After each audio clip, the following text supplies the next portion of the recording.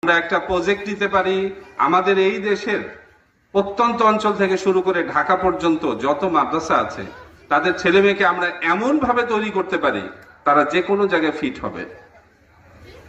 এবার সেই স্বপ্নের জায়গা থেকে বাস্তবতায় আসে।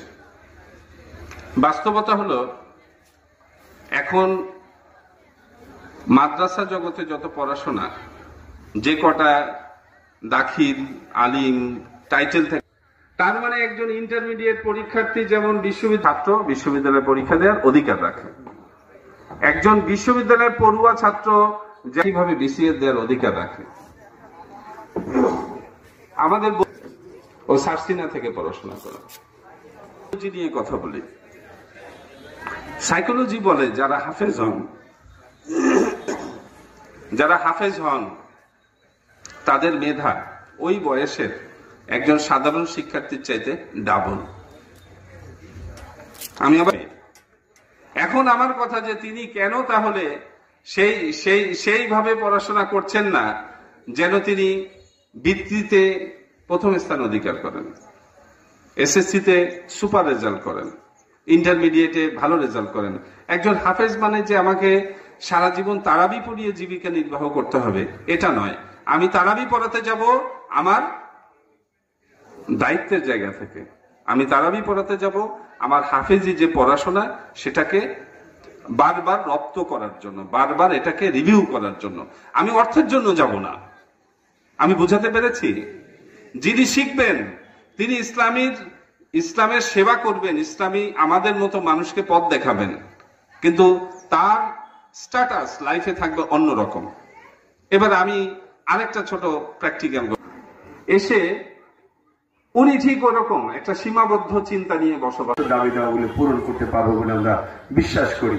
প্রিয় ভাইরা আসেন, আমরা আমাদের উপজেলায় শিক্ষা ইয়েটাও কম, আমাদের উপজেলাতে শিক্ষার প্রতিষ্ঠানও কম, তারপরেও যতটুকু আছে সেগুলো দিয়ে আমরা যেন সঠিকভাবে আমাদের এই কাজগুলি করতে পারি। আমরা যেন আমাদের মেহমান এসছে, ওদিকে তাকানোর দরকার নেই তো, আমাদের মেহমান এসছে, তো আমরা যেন আমাদের এই শিক্ষার মান উন্নয়নের জন্য শুধুমাত্র শিক্ষক মন্ডলী অথবা স্কুলের ম্যানেজিং কমিটি তাদের উপরে ছেড়ে না দিয়ে আমাদের অভিভাবকদের জন্য আমাদের দায়িত্ব পালন করি, শিক্ষক মন্ডলীরা যেন আমাদের দায়িত্ব পালন করতে পারি, সেই আশা এবং প্রত্যাশা রেখে আমি আমার কথা শেষ করছি। আসসালামু আলাইকুম ওয়া রাহমাতুল্লাহ।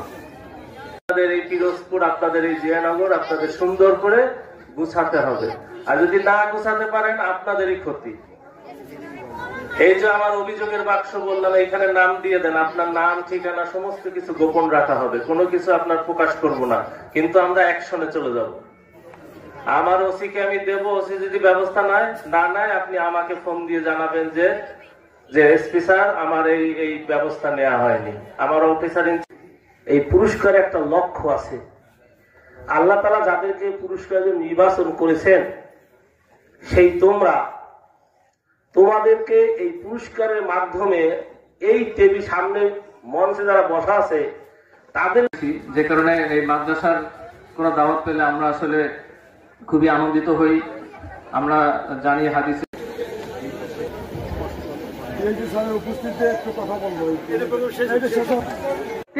ইসলাম ষষ্ঠ রোল 15, দ্বিতীয় স্থান।